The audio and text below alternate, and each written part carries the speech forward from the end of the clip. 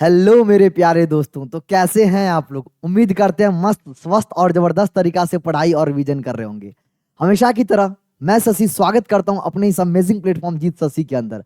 आज के वीडियो में मैं आप लोगों से डिस्कस करने जा रहा हूं थर्मोडायनेमिक्स। थर्मोडायनेमिक्स का हम लोग पूरे कोशिश करेंगे क्वेश्चन के थ्रू सारे थ्योरी भी कवर करने का, जो भी थ्योरी क्वेश्चन से रिलेटेड होगा। उसके बाद हम लोग जितने भी एनसीईआरटी के एग्जाम्पलर के क्वेश्चंस होंगे, चाहे वो सिंगल करेक्ट हो, चाहे वो मल्टीपल करेक्ट हो, या फिर मैचअप्स हो, असर्शन रीजन हो, पूरे कंप्लीट कर रहे होंगे। कोशिश करेंगे विद इन 1 आवर इसको फिनिश करने का और आपको बहुत तबियत से अच्छे ढंग से एक्सप्लेन करने का, ताकि आपको सेशन में मजा आए। बस आपसे गुजारिश है, चैनल पर नए आए हो तो चैनल को सब्सक्राइब कर लीजिए, क्योंकि ऐसे अमेजिंग कंटेंट आपको इसी चैनल पे रेगुलर टाइम पे मिलते रहेंगे। और अगर वीडियो अच्छा लगेगा तो वीडियो को लाइक कर लीजिएगा। स्टार्ट करते हैं। इस चैप्टर में हम लोग क्या कुछ पढ़ने जा रहे हैं, मेरी बातों को ध्यान से समझेंगे। चैप्टर का नाम है थर्मोडायनेमिक्स। चैप्टर का नाम क्या है? थर्मोडायनेमिक्स। थर्मल मतलब होता है हीट। थर्मल मतलब क्या होता है? हीट। डायनेमिक्स मतलब होता है मोशन। बेसिकली हीट का मूवमेंट हो, हीट का मोशन हो, उसके बारे में हम इस चैप्टर में पढ़ेंगे पूरा थर्मोडायनेमिक्स में। तो सबसे पहले इसमें आपको अगर पहले पोर्शन की बात करूं तो आप पढ़ने जाओगे हीट एंड वर्क के बारे में। उसके बाद इसमें डिफरेंट टाइप ऑफ सिस्टम आता है, isolated system, close system, open system. ये सब थोड़ी थोड़ी बेसिक सी बातें हैं जो चैप्टर के स्टार्टिंग में पढ़ते हो। फिर उसके बाद हीट एंड वर्क के बारे में आप डीप में पढ़ते हो। जैसे मैं आगे बढ़ता हूं, उसके बाद आप पढ़ते हो डिफरेंट टाइप ऑफ प्रोसेस। क्या पढ़ते हो? Different type of process. Different type of process में क्या पढ़ते हैं मेरे लल्ला? ध्यान से समझेंगे। डिफरेंट टाइप ऑफ प्रोसेस, इसमें हम लोग क्या क्या पढ़ते हैं, मेरी बातों को बहुत ध्यान से समझेंगे। इसमें हम लोग पढ़ते हैं कुछ स्पेसिफिक प्रोसेस। सबसे पहले आपको बोलता हूं आइसोबारिक। आइसोबारिक का नाम से ही स्पष्ट होता है। बार किसका यूनिट होता है सर? प्रेशर का यूनिट। तो आइसो मतलब सेम और बार मतलब प्रेशर, मतलब जहां पर प्रेशर सेम हो। आइसोबारिक प्रोसेस, इसको हम लोग क्या बोलते हैं? Isobaric process. उसके बाद हम लोग पढ़ रहे होते हैं इसमें isochoric process. Isochoric process, iso मतलब सेम, कोरिक का मतलब होता है ग्रीक में वॉल्यूम। तो जहां पे वॉल्यूम सेम होगा उसको बोलेंगे आइसोकोरिक प्रोसेस।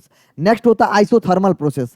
आइसो मतलब सेम, थर्मल मतलब नाम से स्पष्ट लग रहा होगा, जहां पर टेम्परेचर सेम होगा उसको बोलेंगे आइसोथर्मल प्रोसेस। हाँ या ना? उसके बाद होता है adiabatic process. Adiabatic process, adiabatic process में सारे प्रोसेस का हम लोग हीट, सारे प्रोसेस का इंटरनल एनर्जी, सारे प्रोसेस का वर्क डन, हर एक चीज निकालना इस चैप्टर में सीख रहे होते हैं। एडियाबेटिक प्रोसेस, इसके बारे में आपको पता होगा। एक और प्रोसेस आ जाता है जिसको हम लोग साइक्लिक प्रोसेस कहते हैं। हालांकि इसको ज्यादा डीप में अलग से नहीं पढ़ाया जाता है, लेकिन फिर भी हम लोग कंसीडर कर लेते हैं ताकि कोई चीज मिस ना हो। तो ये कुछ रहा डिफरेंट प्रोसेस। आगे जैसे बढ़ेंगे प्रोसेस हो जाएगा, उसके बाद आपको देखने को मिलेगा इस चैप्टर में, आपको देखने को मिलेगा डिग्री ऑफ फ्रीडम वाला पार्ट है। क्या है? डिग्री ऑफ फ्रीडम वाला पार्ट है। मतलब अगर सिस्टम हमारा मोनो एटॉमिक है, डाई एटॉमिक है, ट्राई एटॉमिक है, तो उसके कोरस्पॉन्डिंग कितना डिग्री ऑफ फ्रीडम होगा, रोटेशनल कितना होगा, ट्रांसलेशनल कितना होगा, वाइब्रेशनल कितना होगा, ये सब बातें में। और इसके बाद हीट कैपेसिटी, मतलब थर्मो थर्मो अगर आपको याद होगा तो क्लेरोमेट्री में एक चैप्टर था बेसिक, मैं आईसीएसई बोर्ड से पढ़ा था तो क्लास 9th में था।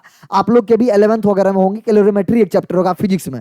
तो क्लेरोमेट्री अगर होगा तो उसमें आपको पढ़ाया जाता है कि हीट कैपेसिटी, मतलब heat molar heat capacity, specific heat capacity, तो उसके बारे में इस चैप्टर में। लास्ट बट नॉट लिस्ट, इस चैप्टर का जो लास्ट पार्ट होगा वो थर्मो थर्मो क्या होगा मेरे लल्ला? थर्मो केमिस्ट्री होगा। थर्मो केमिस्ट्री में हम लोग बहुत सारी बातें डिस्कस करते हैं। Standard enthalpy of formation, enthalpy of fusion, enthalpy of vaporisation, enthalpy of, जितने सारे इंथैल्पी है सब हम लोग थर्मोकेमिस्ट्री में पढ़ते हैं। यहाँ पर रिएक्शन वाला पार्ट आ जाता है। तो इस तरीका से ये चैप्टर का फ्लो होता है। इसमें मैं मेजर मेजर चीजें लिखा हूं।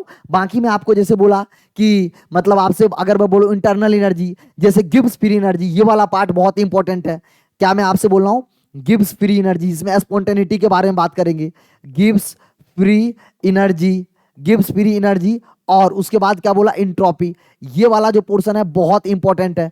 First law of thermodynamics, second law of thermodynamics, third law of thermodynamics, ये सारी बातें आप इस चैप्टर में कवर कर रहे होते हैं। तो ये आपको मैंने एक इंट्रोडक्शन दिया इस चैप्टर में कैसे आगे बढ़ेंगे। हम सीधे बात करते हैं पहला क्वेश्चन पे और इसके साथ साथ आपको थ्योरी कवर करेंगे। पहला क्वेश्चन कह रहा है, अगर आप ध्यान से देखेंगे मेरे नन्हे मुन्ने, कह रहा है thermodynamics is not concerned about. Thermodynamics क्या चीज के बारे में बात नहीं करता है? थर्मोडायनेमिक्स मैंने आपको नाम से बताया, थर्मो मतलब हीट, डायनेमिक्स मतलब मोटन। जहां एनर्जी का क्या हो रहा है, मूवमेंट हो रहा है, एनर्जी एक फॉर्म से दूसरे फॉर्म में जा रहा होगा, उसको हम लोग बोलते हैं क्या, थर्मोडायनेमिक्स। मतलब बेसिकली थर्मोडायनेमिक्स चैप्टर में हम लोग एनर्जी का एक फॉर्म से दूसरे फॉर्म में जाता है उसके बारे में डिस्कस करते हैं। उसके बाद थर्मोडायनेमिक्स में हम लोग ये भी देखते हैं कि कोई रिएक्शन होगा या नहीं होगा, कैसे, स्पॉन्टेनिटी से। जहां पर गिब्स एनर्जी का हेल्प से हम, जहां पर निगेटिव होता है डेल्टा जी, वहां पर हम लोग बोलते हैं रिएक्शन होगा। रिएक्शन होना मतलब रिएक्शन फिजिबल होगा, feasibility of reaction gives free energy से बताते हैं, हाँ या ना। उसके बाद रिएक्शन अगर हो रहा है तो जब इक्विलिब्रियम अगर रिएक्शन होगा, इक्विलिब्रियम मतलब रिएक्टेंट और प्रोडक्ट का कंसंट्रेशन जब सेम हो जाएगा, तो उस टाइम पे मतलब एक ऐसा समय आता है जब हमारा रिएक्शन ना तो आगे जा रहा होता है, ना तो फॉरवर्ड डायरेक्शन में जा रहा होता है, ना तो बैकवर्ड डायरेक्शन में आ रहा होता है।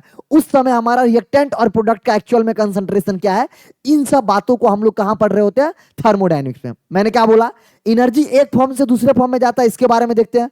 उसके बाद एनर्जी कितना हमारा रिएक्टेंट प्रोडक्ट में बदला इक्विलिब्रियम पे, उसको भी हम निकाल सकते हैं स्टेट फंक्शन। मतलब समझ रहे हो ना, पहला स्टेट क्या और फाइनल स्टेट क्या है। उसके बाद हम लोग ये भी देखते हैं कि कोई रिएक्शन होगा या नहीं होगा, मतलब फिजिबिलिटी ऑफ रिएक्शन। लेकिन ध्यान रखेंगे इसमें हम लोग कितना जल्दी होगा कोई रिएक्शन, इसके बारे में नहीं देखते हैं, मतलब रिएक्शन के रेट के बारे में नहीं देखता हूं। उसके लिए हम लोग एक नया चैप्टर पढ़ते हैं। अगर मैं आपको बोलूं rate of reaction, rate of reaction की अगर मैं बात करूं तो रेट ऑफ रिएक्शन हम लोग एक नया चैप्टर में देखते हैं, जिसको हम लोग क्लास 12th में देखेंगे, जिसको बोलते हैं केमिकल काइनेटिक्स। केमिकल मतलब केमिकल प्रोसेस, और काइनेटिक्स मतलब कितना तेजी से हो रहा है। अरे यार तुम फिजिक्स में पढ़े होगे काइनेटिक्स, हाँ या ना, काइनेटिक्स और काइनेमेटिक्स दोनों पढ़े होगे, हाँ या ना। तो मतलब बेसिकली तुम समझो कि रेट के बारे में हमको ये चैप्टर नहीं बताता है। रेट के बारे में कौन चैप्टर बताएगा, वो बताएगा केमिकल काइनेटिक्स। उसके अलावा जो भी एनर्जी का काम होता है, एनर्जी मतलब एक फॉर्म से दूसरे फॉर्म में जाना, कितना हमारा रिएक्टेंट और प्रोडक्ट में कंसंट्रेशन होगा इक्विलिब्रियम पे, उसके बाद कोई रिएक्शन होगा या नहीं होगा, इन सब बातों को डिस्कस करते हैं थर्मोडायनेमिक्स में। समझ में आ गया होगा। चलो रैप बनाने की कोशिश की बट ठीक है, अच्छा नहीं बना, समझ में आया, अरे मजा आया। Energy change involve in a chemical reaction, बिल्कुल सर, एक फॉर्म से दूसरा form. The extent to which a chemical reaction proceed, reaction कितना जाएगा आगे बढ़ेगा, रिएक्शन कितना आगे बढ़ेगा, होगा भी नहीं होगा, उसके बारे में। द फिजिबिलिटी ऑफ रिएक्शन, एक रिएक्शन का फिजिबिलिटी डेल्टा जी से बताते हैं, स्पॉन्टेनियस है, नॉन स्पॉन्टेनियस है या होगा नहीं। लेकिन the rate of which a reaction proceed ये बताते हैं केमिकल काइनेटिक्स में, थर्मोडायनेमिक्स में नहीं। अगला क्वेश्चन आपके स्क्रीन के सामने, अगर ये समझ में आ गया तो क्वेश्चन कह रहा है which of the following statement is correct. देखो थ्योरेटिकल क्वेश्चन है, न्यूमेरिकल भी आएंगे, हालांकि इसमें न्यूमेरिकल मैं और आपको सीट प्रोवाइड करा दूंगा अपने टेलीग्राम चैनल पे, वहां से आप न्यूमेरिकल प्रैक्टिस कर लेना, ठीक है। आप वन शॉट अगर नहीं देखे होगे तो किसी भी टीचर का अर्जुना जेई पे चले जाओ, या अनअकैडमी के चैनल पे चले जाओ, या फिर आप वोरा क्लासेस, मतलब कहीं पे भी आप पढ़ सकते हो वन शॉट। अगर मेरा कोशिश होता कि अगर टाइम मेरे पास भी होता, अभी क्वेश्चन प्रैक्टिस ज्यादा इंपॉर्टेंट है, इसीलिए हम क्वेश्चन प्रैक्टिस सीरीज लेके आए हैं। कोशिश करेंगे कुछ चैप्टर्स को आपको, जेई से पहले इंपॉर्टेंट चैप्टर को आपको वन शॉट लेके भी within 1 hour 2 hour 3 hour जो में भी होता है उसको फिनिश कर दूं। अभी ये क्वेश्चन सीरीज है, इसको देखते हैं। Which of the following statement correct, कह रहा कौन सा करेक्ट है। The presence of reacting species in a covered beaker is an example of open system. देखो मेरी बातों को समझो मेरी लल्ला, 3 तरह के सिस्टम होते हैं, क्या बोला, 3 तरह के सिस्टम होते हैं, क्या बोला, 3 तरह के सिस्टम होते हैं। देखो मैं यहां बनाने जा रहा हूं, मैं यहां बनाने जा रहा हूं, ध्यान से समझेंगे, मैं यहां बनाने जा रहा हूं, 3 तरह के सिस्टम होते हैं, ठीक है। मेरी बातों को ध्यान से समझना, कितने तरह के सिस्टम होते हैं मेरे लल्ला, मैंने बोला 3 तरह के सिस्टम होते हैं। कितने तरह के सिस्टम होते हैं, 3 तरह के सिस्टम होते हैं। देखा ना, देखना, ध्यान से समझो, ध्यान से समझो। पहला जो मैं सिस्टम आपको दिखा रहा हूं, मान लो पहला जो सिस्टम मैं आपको दिखा रहा हूं, इसमें कुछ मास यहां पे फिल है, कुछ यहां से मास फिल है, हाँ या ना, कुछ यहां से मास फिल है, और यहां से क्या हो रहा है, मतलब ये जो सिस्टम है ये मैं बता रहा हूं आपको ओपन सिस्टम का एग्जांपल। किसका, ओपन सिस्टम का। दूसरा जो मैं एग्जांपल आपको बता रहा हूं वो बता रहा हूं क्लोज सिस्टम का, क्लोज सिस्टम का। और तीसरा जो मैं एग्जांपल बता रहा हूं वो बताना चाह रहा हूं आइसोलेटेड सिस्टम का। किसका, आइसोलेटेड सिस्टम का। मतलब समझो, मतलब समझो मेरे ध्यान से, मैं जो आपको बोल रहा हूं ना उस बातों को ध्यान से समझना, मैं जो बोल रहा हूं उस बातों को ध्यान से समझना, मैं जो बोल रहा हूं उस बातों को ध्यान से समझना, मैं जो बोल रहा हूं उस बातों को ध्यान से समझना, मैं जो बोल रहा हूं उस बातों को ध्यान से समझो। चलो अब आप गौर से देखोगे, क्या गौर से देखोगे, पहला सिस्टम में अगर तुम देखोगे ओपन सिस्टम है तो यहां मास भी ऊपर जा रहा है, यहां मास भी ऊपर जा रहा है, और एनर्जी का भी क्या हो रहा है, ट्रांसफर हो रहा है। यहां मास का ट्रांसफर तो हो ही रहा है, एनर्जी का ट्रांसफर हो रहा है। यहाँ क्या क्या चीज का ट्रांसफर हो रहा है, मास का ऊपर से ट्रांसफर हो रहा है भैया, ओपन सिस्टम है तो मास तो ऊपर जा ही रहा है, साथ साथ में क्या जा रहा है, एनर्जी जा रहा है, साथ साथ में क्या जा रहा है, एनर्जी जा रहा है। ये सिस्टम आपको दिख रहा होगा। अगर इसमें कुछ पार्टिकल है, अगर इसमें कुछ पार्टिकल है तो देखो तुम ऊपर से नहीं जा रहा है, अरे ऊपर से नहीं जा रहा है, ये ऊपर से नहीं जा रहा है, यहाँ पर ऊपर से खुला हुआ था तो ये जा रहा था, ये ऊपर से क्लोज सिस्टम है, ये ऊपर से क्या सिस्टम है, क्लोज है। तो यहाँ पर सिर्फ और सिर्फ किसका ट्रांसफर हो रहा है मेरे लल्ला, सिर्फ और सिर्फ किसका ट्रांसफर हो रहा है, एनर्जी का ट्रांसफर, सिर्फ और सिर्फ किसका ट्रांसफर हो रहा है, एनर्जी का ट्रांसफर। मतलब यहाँ पर ऊपर मास पॉसिबल नहीं है, मास ऊपर नहीं जा रहा है क्योंकि ये क्लोज सिस्टम है, क्लोज मतलब ऊपर ढका हुआ है, तो यहाँ पर सिर्फ एनर्जी का ट्रांसफर हो रहा है, मास का नहीं हो रहा है। इस केस में अगर मान लो कोई हमारा कुछ भी मटेरियल है तो यहाँ ना तो ऊपर हमारा मास जा रहा है, क्लोज है, और तुम जो एक कलर के ऊपर दूसरा कलर है, मतलब कोटिंग ऐसा किया हुआ है कि यहाँ पर एनर्जी का भी जो ट्रांसफर था भैया वो नहीं हो पा रहा है, जो एनर्जी का भी ट्रांसफर था वो नहीं हो पा रहा है, एनर्जी भी यहाँ पर ट्रांसफर नहीं हो पा रहा है। तो बेसिकली पहला जो सिस्टम था यहाँ पर क्या हो रहा है, मास एंड एनर्जी ट्रांसफर, दोनों का ट्रांसफर, हाँ या ना, मास और एनर्जी दोनों का अगर ट्रांसफर होगा तो उसको हम बोलेंगे ओपन सिस्टम। जो दूसरा सिस्टम था मेरे लल्ला, इसमें ओनली एनर्जी ट्रांसफर, मास का ट्रांसफर नहीं, ओनली एनर्जी ट्रांसफर, हाँ या ना, ओनली एनर्जी ट्रांसफर। इसमें मास का ट्रांसफर नहीं होता है, क्लोज में ओनली एनर्जी ट्रांसफर। इसमें नाइदर मास नॉर एनर्जी, ना ही भैया एनर्जी का ट्रांसफर होता है, ना ही मास का ट्रांसफर होता है, इसको हम बोलते हैं आइसोलेटेड सिस्टम। अब देखो क्वेश्चन पढ़ो, the presence of reacting species, ये जो रिएक्टिंग स्पीसीज अंदर में है, in a covered beaker is an example of is. अगर मान लो कवर्ड बीकर में, ये बीकर कवर्ड है तो क्या ये ओपन सिस्टम का एग्जांपल है भैया, नीचे लिखा हूं क्लोज सिस्टम का, तो ये तो नहीं हुआ सर, ये तो समझ में आ गया, हाँ या ना, ना। There is an exchange of energy as well as matter between the system and surrounding in a close system. System, close system में मास और एनर्जी दोनों का ट्रांसफर होता है, यहां पर लिखा है ओनली एनर्जी, मास का कहां ट्रांसफर होता है, तो ये भी गलत हो गया।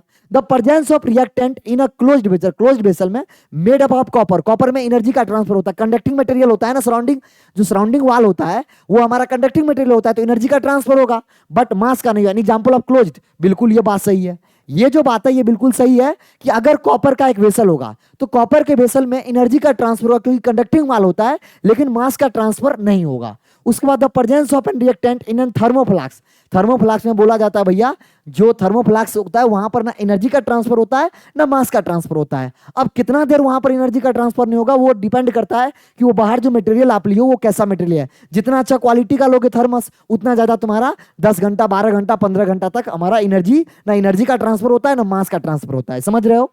तो of an closed insulated, insulated मतलब वहां से बाहर हीट भी नहीं निकल रहा है, और क्लोज्ड है तो मास तो नहीं निकला, एग्जांपल ऑफ क्लोज सिस्टम नहीं, ये एग्जांपल किसका हो गया, आइसोलेटेड का। समझ में आया। तो ये कुछ कहानी था।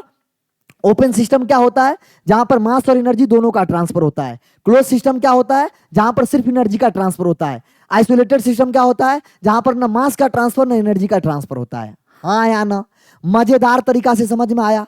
आगे बढ़े, एक सेकंड रुक जाना यार, थोड़ा सा ये वो हो गया था, रुक रहा था, चलो सही हो गया, सही हो गया, ठीक है, समझ में आएगा। थोड़ा सा रुका होगा, थोड़ा सा मतलब लैग कर रहा था, समझ में आया।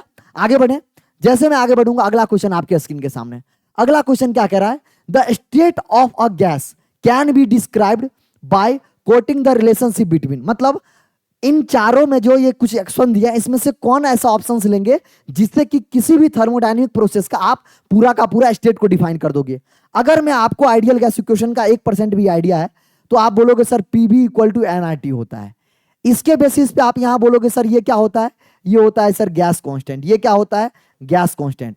इसके अलावा जितना भी चीज है मेरे लल्ला, इसके अलावा जितना भी चीज है, अगर आप उसको ध्यान से देखोगे तो आप बोलोगे इसके अलावा जितना भी चीज है, ये क्या है सर, ये हमारा है सर क्या, प्रेशर, हाँ या ना। ये क्या है, प्रेशर। ये क्या है मेरे लल्ला, वॉल्यूम, हाँ या ना। ये क्या है भैया, अमाउंट, हाँ या ना। ये क्या है, अमाउंट। ये क्या है, टेम्परेचर। तो किसी भी स्टेट को डिफाइन करने के लिए अपने को 4 चीज चाहिए। क्या क्या चीज चाहिए, अपने को सर प्रेशर चाहिए, अपने को सर वॉल्यूम चाहिए, अपने को सर अगर अमाउंट ऑफ गैस दे दिया और अपने को अगर टेम्परेचर दे दिया तो उस थर्मोडायनेमिक प्रोसेस का हम बेसिकली बता सकते हैं कि उसका स्टेट क्या है, वो कौन सा स्टेट में है। तो क्या क्या चाहिए अपने को, 4 चीजें चाहिए। लेकिन इसमें अगर अच्छा क्वेश्चन बन जाए, इसमें अगर अच्छा क्वेश्चन क्या बन जाए कि the state of a gas can be described by quantifying the relationship between the minimum, क्या बोला, the minimum the minimum state, the minimum function required, question एक दे रहा हूं आप समझना, the minimum function required to describe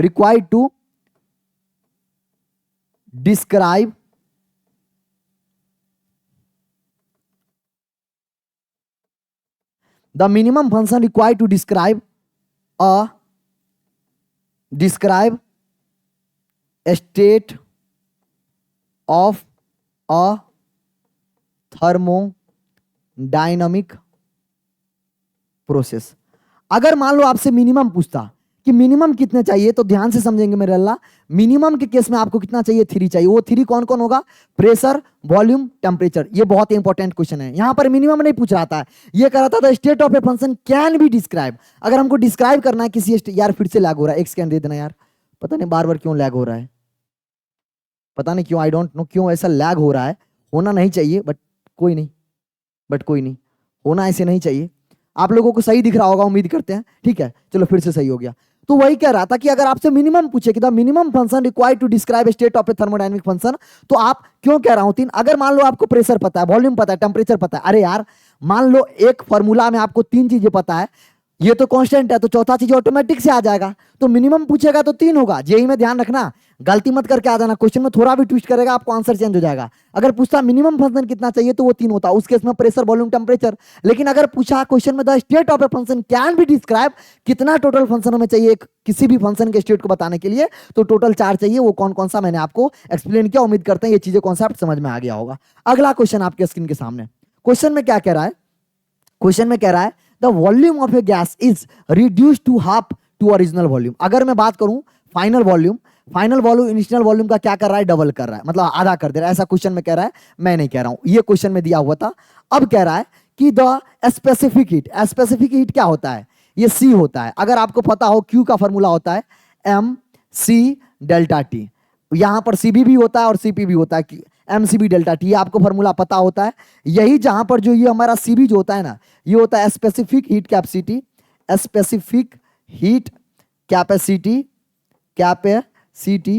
at constant volume, क्योंकि CB लिखे हैं, अरे हाँ या ना, कांस्टेंट वॉल्यूम। तो यही जो होता है सीबी होता है। लेकिन ध्यान रखना मेरे भैया, जो स्पेसिफिक हीट कैपेसिटी होता है, ये क्या होता है, द एनर्जी रिक्वायर्ड, क्या बोला, the energy required to increase the temperature of 1 degree Celsius of 1 gram substance. 1 gram substance को अगर आप 1 डिग्री सेल्सियस टेम्परेचर बढ़ाने के लिए जितना एनर्जी दोगे, इसको बोलते हैं स्पेसिफिक हीट कैपेसिटी। और जो हमारा स्पेसिफिक हीट कैपेसिटी होता है ना मेरे लल्ला, जो ये स्पेसिफिक हीट कैपेसिटी मैं आपको बोल रहा हूं, जो आपको ये स्पेसिफिक हीट कैपेसिटी आपको बता रहा हूं, ये क्या होता है, ये हमारा कौन सा प्रॉपर्टी होता है, ये होता है हमारा इंटेंसिव प्रॉपर्टी। ये कौन सा प्रॉपर्टी होता है, ध्यान से समझो, ये होता है मेरे लल्ला इंटेंसिव प्रॉपर्टी, इंटेंसिव प्रॉपर्टी। और इंटेंसिव प्रॉपर्टी का खासियत बात क्या होता है ना, इंटेंसिव नाम से ही स्पष्ट है। इन हम बच्चों को याद कराता है, इन मतलब इंडिपेंडेंट, किसके इंडिपेंडेंट, मास पे डिपेंड नहीं करता है। तो भैया वॉल्यूम को आधा करो चाहे वॉल्यूम को डबल करो, कोई फर्क पड़ने वाला नहीं है, क्योंकि मैंने आपको डिफिनीशन बताया क्या होता है स्पेसिफिक हीट कैपेसिटी। ये होता है the energy required to increase the temperature of 1 gram amount by 1 degree Celsius. मतलब 1 ग्राम सब्सटेंस लो, उसको 1 डिग्री सेल्सियस टेम्परेचर इंक्रीज करने के जो आपको एनर्जी देना पड़ेगा, उसी को क्या बोलते हैं, स्पेसिफिक हीट कैपेसिटी। भैया 1 ग्राम है तो अमाउंट फिक्स हो गया, तो ये मास पे डिपेंड नहीं करता है, इंटेंसिव प्रॉपर्टी है। इंटेंसिव प्रॉपर्टी है तो वॉल्यूम को कितना भी आप डबल को चाहे ट्रिपल करो चाहे हाफ करो, कोई फर्क करने वाला नहीं है। तो मास पे इंडिपेंडेंट होगा तो वॉल्यूम इसको कोई फर्क नहीं करेगा, तो हो जाएगा रिमेंस कांस्टेंट। लॉजिक समझ में आया। मैंने हर एक चीज समझाने की कोशिश किया है कि अगर वॉल्यूम को डबल करोगे ट्रिपल करोगे, मास पे डिपेंड ही नहीं करता है, तो मास पे डिपेंड नहीं करता है तो वॉल्यूम को रोल में प्ले ही नहीं आएगा। अगर प्ले नहीं आएगा, स्पेसिफिक हीट कैपेसिटी क्या होता है, 1 ग्राम सब्सटेंस को 1 डिग्री सेल्सियस टेम्परेचर रेज करने में जो एनर्जी देना पड़ता है उसी को बोलते हैं स्पेसिफिक हीट कैपेसिटी। ये इंटेंसिव प्रॉपर्टी होता है जिसके कारण वॉल्यूम को हाफ करने पर कोई फर्क नहीं पड़ेगा। अगला क्वेश्चन आपके स्क्रीन के सामने, अगला क्वेश्चन में क्या कह रहा है, during complete combustion of 1 mole of butane. Butane क्या होता है, अरे ब्यूटेन क्या होता है, अरे एल्केन का जनरल फॉर्मूला क्या बताया था? अगर ऑर्गेनिक क्लास 11th का आप लोगों ने सीरीज नहीं देखा है, इसी चैनल पर प्लेलिस्ट है, आप लोग जरूर से देख लीजिएगा, नहीं तो पछताइएगा बाद में, मेरे को मत बोलिएगा। एल्केन का जनरल फॉर्मूला होता है CnH2n+2। ब्यूटेन, ब्यूटेन मतलब कितना कार्बन? 4 कार्बन, मतलब C4H। अब यहां पर 4 करो, 4 2 जा 8+2, तो C4H10+2। अब देखो कंबसन क्या होता है, हीट ऑफ कंबसन क्या होता है? एक मोल, किसी भी सब्सटेंस के एक मोल को कंप्लीटली बर्न करने के लिए जितना आपको हीट निकलता है उसी को क्या बोलते हैं? Heat of combustion. तो कह रहा है the complete combustion of 1 mole of butane 2658 kilo joule heat of release. मतलब मेरी बात समझो, ऑक्सीजन के प्रेजेंस में क्या कर रहा है मेरे लल्ला? ऑक्सीजन के प्रेजेंस में क्या किया? ये रिएक्शन किया, ऑक्सीजन के प्रेजेंस में ये रिएक्शन किया, तो क्या बना रहा है? आपको पता होता है, मैं चिल्ला चिल्ला के बोल चुका हूं कि कभी भी कोई भी हाइड्रोकार्बन, चाहे वो एल्केन हो, चाहे वो एल्कीन हो, चाहे वो एल्काइन हो, चाहे वो एरोमेटिक कुछ भी हो, उसको अगर आप बर्न करोगे तो CO2 और H2O ही रिलीज होगा, हाँ या ना? अगर आप देखोगे, अब रिएक्शन को मैं बैलेंस करने चलता हूं। सर यहां पर 4 है तो यहां पर भी 4 रखना पड़ेगा। सर यहां पर 10 है तो यहां पर 5 रखना पड़ेगा। अगर यहां पर 5 ऑक्सीजन और 4 2 जा 8, 8 5 13, तो भैया रिएक्शन बैलेंस करने के लिए यहाँ 13/2 देना पड़ेगा। समझ में आया? 1 मोल था, अगर हमको 1 मोल नहीं होता तो हम 2 से मल्टीप्लाई कर देते और पूरा यहाँ 2 हो जाता है, यहाँ 13 हो जाता है, यहाँ 8 हो जाता है, यहाँ 10 हो जाता है। लेकिन हमको क्या बोला है? 1 मोल ब्यूटेन को बर्न करने के लिए हीट यहां पर कितना निकल रहा है? इतना हीट रिलीज, मतलब डेल्टा रिएक्शन का हीट कितना है भैया? हीट कितना निकल रहा है आपको? निकल रहा है, मतलब हीट ऑफ कंबशन कितना है? 2658 किलो जूल। ऐसा क्वेश्चन में दे रखा है, मैंने कह रहा हूं हीट निकल रहा है इसीलिए निगेटिव लेते हैं। हीट अगर देना पड़ता, एक्सोथर्मिक है। क्या है भैया? हीट निकल रहा है मतलब एक्सोथर्मिक रिएक्शन। जो हीट ऑफ कंबशन होता है एक्सोथर्मिक रिएक्शन होता है, हाँ या ना? तो अगर आप उस हिसाब से देखोगे तो अगर जहां जहां पे मतलब कह रहा है कितना हमारा ये प्लस वाला है, ये तो पहले ही हट गया, यहां पर 2 मोल है, ये तो पहले ही हट गया, हाँ या ना? अब देखो इस दोनों ऑप्शन में कौन सा आंसर सही होगा? मेरी बातों को बहुत कायदे से समझो, मेरी बातों को बहुत कायदे से समझो। क्या सर क्वेश्चन में क्या कह रहा है कि 1 मोल हीट को इवॉल्व करना है। यहां पर 1 मोल लिया, 13/2 मोल ऑक्सीजन यूज हुआ, 4 मोल CO2, 5 मोल ये बना। यहां पर भी 1 मोल लिया, 13/2 बना है। लेकिन 1 मोल हीट करने पर यहां पर आधा क्यों कर दिए भैया? ये 1329 क्यों कर दिए? पता नहीं इनको कौन सा भूत चढ़ा और ये कर दिया। मतलब क्वेश्चन में क्लियर दिया हुआ था कि 1 मोल को कंप्लीट, 1 मोल ब्यूटेन को कंप्लीट अगर कंबसन करेंगे तो 2658 एनर्जी किलो जूल एनर्जी क्या होगा? रिलीज हो रहा। मतलब हीट जो भी होगा कंबसन निगेटिव होगा, क्योंकि जो थर्मिक रिएक्शन हो रहा है, तो मतलब डेल्टा एच होगा, निगेटिव होना चाहिए। तो आंसर उस हिसाब से थर्ड वाला आ गया और आपको कोई दिक्कत नहीं होगा, समझ में भी आ गया होगा कैसे क्या हो रहा है, हाँ या ना?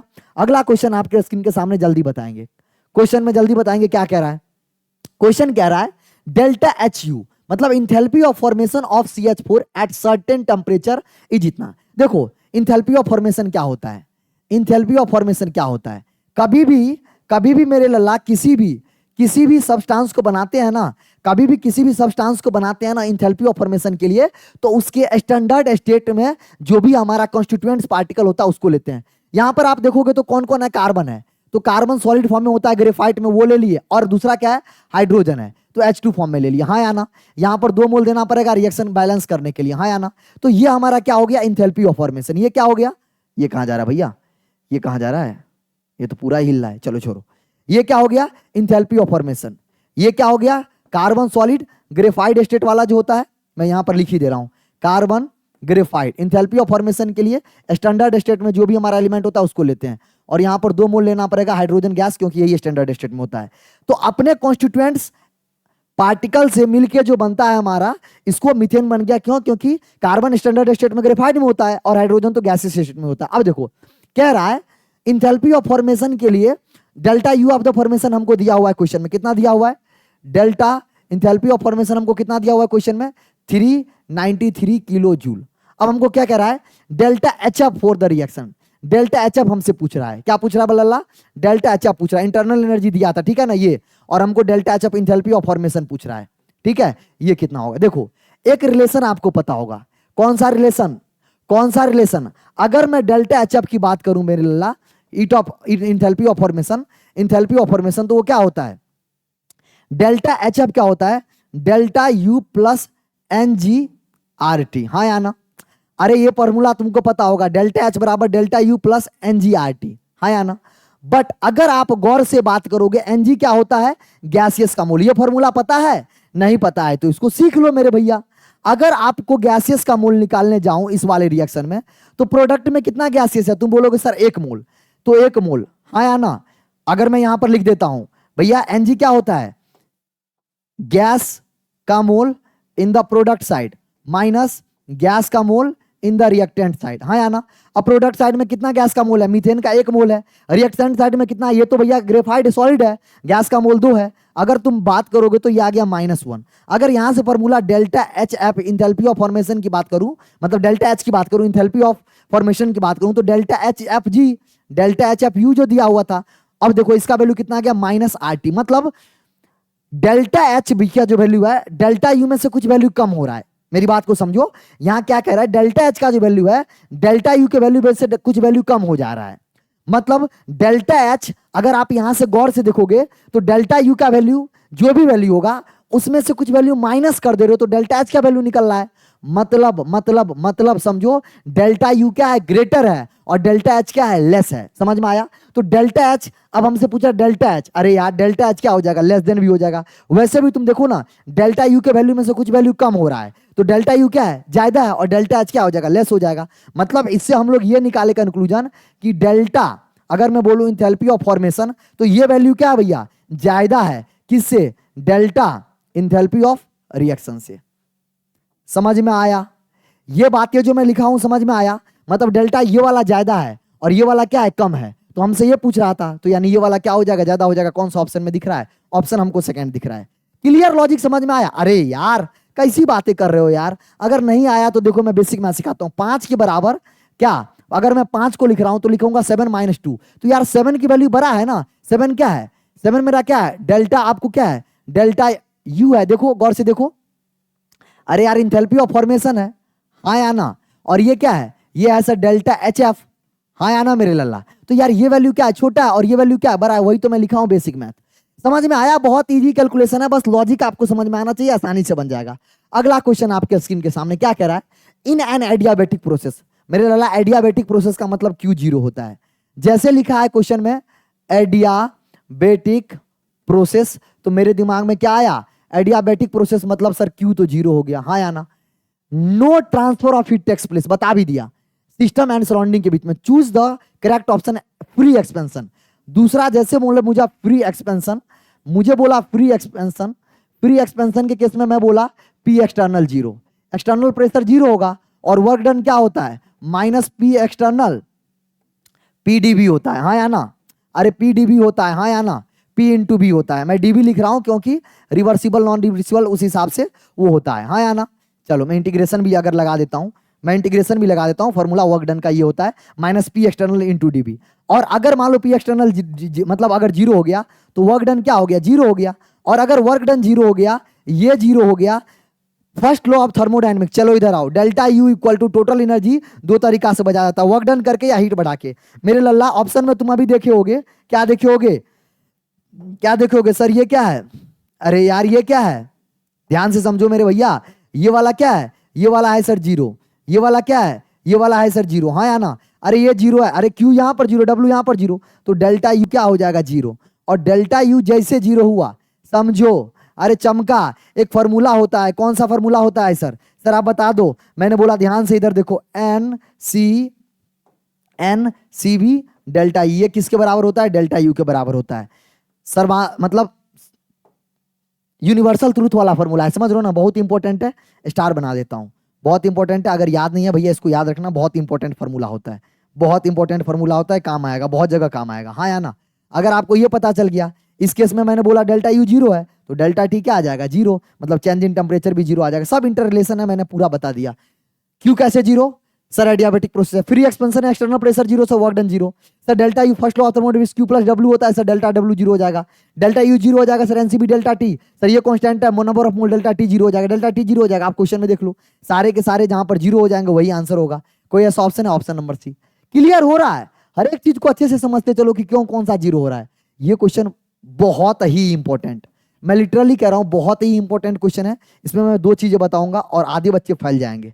मैं 2 चीजें बताऊंगा, बहुत इंपॉर्टेंट क्वेश्चन है। क्वेश्चन ये एनसीईआरटी एग्जाम्पलर, कहां कह रहा हूं, एनसीईआरटी एग्जाम्पलर, एनसीईआरटी अगर आप एग्जाम्पलर देखोगे ना तो उसमें सॉल्यूशन दिया है, मतलब तुम समझ रहे हो इस क्वेश्चन का लेवल कैसा, अभी मैं एक्सप्लेन भी करने जा रहा हूं। Pressure volume work for an ideal gas. आपको एक चीजें बता दूं, अगर आपको एक चीजें नहीं पता है, अगर आपको ये चीजें नहीं पता है तो मैं आपको बताना चाहूंगा। क्या बताना चाहूंगा मेरे लल्ला, ध्यान से समझो। एक बात मैं बताना चाहता हूं, इसको ध्यान से समझे। अगर पीवी वर्क डन है, अगर पीवी है, इधर प्रेशर है इधर वॉल्यूम है, तो पीवी वर्क का जो एरिया अंडर द कर्व होता है ना, अब देखो प्रेशर क्या हो रहा है, घट रहा है, वॉल्यूम बढ़ रहा है, तो यानी क्या है, यहां पर क्या है, एक्सपेंशन का केस है। ये क्या है, एक्सपेंशन का केस है। किसका केस है, एक्सपेंशन का केस, एक्सपेंशन का केस। देखो ना यार, प्रेशर क्या हो रहा है, कम हो रहा है, प्रेशर कम हो रहा है, वॉल्यूम एक्सपेंड हो रहा है, वॉल्यूम कट हो रहा है। अब देखो क्वेश्चन क्या कह रहा है, अच्छा ये रिवर्सिबल है या इरिवर्सिबल है, ये रिवर्सिबल है या रिवर्सिबल है, बताओ ये रिवर्सिबल है इरिवर्सिबल है। अब मैं आपको बताना चाहता हूं, देखो मान लो रिवर्सिबल के केस में क्या होता है, रिवर्सिबल के केस में जो हमारा सिस्टम और सराउंडिंग होता है ना, दोनों के बीच में हमेशा प्रेशर लगभग लगभग निग्लिजिबल कांस्टेंट होता है, मतलब मेंटेन होता है, बराबर होता है। लेकिन इरिवर्सिबल के केस में प्रेशर बराबर नहीं होता है, सडनली हाई प्रेशर आता है और हमारा पिस्टन क्या होता है, नीचे दब जाता है। मतलब इरिवर्सिबल मतलब क्या, सिस्टम और सराउंडिंग के बीच में कोई इक्विलिब्रियम मेंटेन नहीं है। लेकिन अगर मैं आपसे बात करता हूं क्या, रिवर्सिबल प्रोसेस, तो reversible process infinitely small process होता है, लाखों साल करोड़ों साल में अगर करोगे धीरे धीरे धीरे, तभी तो हमारा सिस्टम और सराउंडिंग के बीच में प्रेशर कांस्टेंट बना रहेगा। तो आप ध्यान रखना, अगर मैं आपसे बोलूं work done under the curve जो होता है, ये वाला जो work done under the curve होता है, ये वाला जो बात बता रहा हूं आपको, ध्यान से समझो। अगर मैं आपको यहां से इसको मिलाता हूं मेरे लल्ला, यहां से आपको मिलाता हूं, ये क्या है, ये मान लो वी इनिशियल है, ये क्या है, वी फाइनल है, ये यहां पर क्या है मेरे लल्ला, ये हमारा पी फाइनल है, और यहां पर ये क्या है, पी इनिशियल है। अगर आप समझ में आ रहा होगा तो ये वाला जो work done under the curve, क्या मैं कलर चेंज करके आपको बता सकता हूं, ये वाला जो एरिया है ना, ये वाला एरिया, ये वर्क डन अंदर जो कर्व है ना, ये हमारा क्या बताता है, वर्क को बताता है। ये किसको बताता है, वर्क डन को बताता है। ये किसको बताता है, वर्क डन, वर्क डन। और ये क्या है, मैंने आपको बोला ना, ये क्या है, इरिवर्सिबल एक्सपेंशन है। क्या है, इरिवर्सिबल एक्सपेंशन प्रोसेस है, हाँ या ना। क्यों इरिवर्सिबल प्रोसेस, क्योंकि यहां पर देख रहे हो सीधे आपको प्रेशर डिक्लाइन हो रहा है। बट अगर आप सोचो, अगर आप सोचो यही आपको इरिवर्सिबल, आपको इरिवर्सिबल क्या हो रहा होगा, एक्सपेंशन हो रहा होगा। ये क्या है, रिवर्सिबल एक्सपेंशन। अगर आपको इरिवर्सिबल एक्सपेंशन हो रहा होगा तो जो आपका प्रेशर पहले था वही प्रेशर फाइनल तक होना चाहिए, फाइनल मेंटेन होना चाहिए। मतलब जो प्रेशर यहां पर है भैया, वही प्रेशर यहां पर ही मेंटेन होना चाहिए फाइनल कंडीशन के केस में। तो जो उस समय जो हमारा एरिया अंडर द कर्व आएगा, उस समय जो एरिया अंडर द कर्व आएगा, उस बात को समझो, वो जो एरिया अंडर द कर्व आएगा ना, वो ये वाला होगा, हाँ या ना, ये वाला प्रोसेस होगा, ये वाला होगा पूरा का पूरा, समझे। अगर यहां पर पी फाइनल होगा, किस केस में भैया, यहां पर पी फाइनल और पी इनिशियल, किस केस में, इरिवर्सिबल नहीं, रिवर्सिबल के केस में। देखो यहां पर वही समझाना चाह रहा है, रिवर्सिबल कंप्रेशन। और अगर आपसे गौर से इरिवर्सिबल कंप्रेशन की बात करो, ये एक्सपेंशन का ग्राफ है, ये एक्सपेंशन का ग्राफ है, नीचे आ रहा है। अगर कंप्रेशन की बात करो तो यहां पर initial pressure final pressure P I के बराबर होगा। यहां पर अगर उल्टा चलते तो जो मतलब हमारा इनिशियल प्रेशर था उसके बराबर होता। और जो अगर हम कंप्रेशन की बात करेंगे, मतलब दोनों के केस में, एक्सपेंशन और कंप्रेशन के केस में जादू चेंज हो जाता है। अगर मैं आपको एक लाइन में बोलूं, यहां पर लिखा था कौन कौन सा दो प्रोसेस, एक बोला था भैया रिवर्सिबल, एक बोला था इरिवर्सिबल। अब बोला चल रहा है कि कौन से केस में तुम्हें वर्क डन ज्यादा होगा। तुम्हें अगर मैं एक्सपेंशन की बात करूं, यहां पर क्या हो रहा है आप देखो, the pressure volume work of an ideal gas can be calculated by expression the work done bye calculated PV curve using the area under the curve when an ideal compression. क्या था ये कंप्रेशन, ये compression के case में, ये expansion है, ये compression के केस में पूछ रहा है। कंप्रेशन के केस में क्या होगा, कंप्रेशन के केस में क्या होगा, वर्क डन बाय रिवर्सिबल क्या हो जाएगा, ज्यादा हो जाएगा, वर्क डन बाय इरिवर्सिबल। बहुत इंपॉर्टेंट, बहुत इंपॉर्टेंट। मैग्नीट्यूड ले लेता हूं, क्यों, क्योंकि निगेटिव पॉजिटिव साइन हम ध्यान यहां पर नहीं देंगे, मैग्नीट्यूड वाइज में बात करना चाह रहा हूं। ये किस केस में होगा, ये होगा हमारा एक्सपेंशन के केस में। जब, लेकिन जब हमारा अगर कंप्रेशन होता है तो कंप्रेशन केस में ये वाला वॉल्यूम हमारा जो फाइनल वॉल्यूम होगा यही होगा, इनिशियल भी यही होगा, तो उस केस में ये वाला एरिया होगा। जैसे यहां पर देख रहे होगे, अगर यहां हो रहा है तो इस केस में अगर मैं आपसे बताऊं, इस केस में मेरे लल्ला यहां से आपको बताऊं, आपको दिख भी रहा होगा, आपको दिख भी रहा होगा, आपको दिख भी रहा होगा, ये क्या है, इरिवर्सिबल कंप्रेशन। ये क्या है, रिवर्सिबल कंप्रेशन। किसमें एरिया ज्यादा है, तुम बोलोगे सर इरिवर्सिबल में ज्यादा है। अब इस केस में क्या हो जाएगा, इस केस में क्या हो जाएगा, work done bye irreversible, irreversible is greater than work done bye reversible. यहां पर भी हम क्या ले लेते हैं, यहां पर भी मॉडल लेते हैं, क्योंकि हम बात करेंगे मैग्नीट्यूड का। ये किस केस की बात है, ये भैया है, ध्यान से समझो, ये बहुत इंपॉर्टेंट कॉन्सेप्ट है। याद नहीं आ रहा है अगर आप कॉन्सेप्ट इसको नहीं पढ़े हो, ये हमारा है भैया एक्सपेंशन। ये किसका केस है? एक्सपेंशन। और ये किसका केस है? कंप्रेशन। बहुत सारे टीचर बहुत अलग अलग तरीका से बताते हैं, तुमको यहां पर दिया भी गया, ग्राफ भी दिया है। मैं ये ग्राफ किसके लिए बताया था? एक्सपेंशन। मैं यहां लिखा भी रिवर्सिबल एक्सपेंशन और रिवर्सिबल एक्सपेंशन। ऊपर वाला जो एरिया है यहां पर, ये पी फाइनल होगा किसके केस में?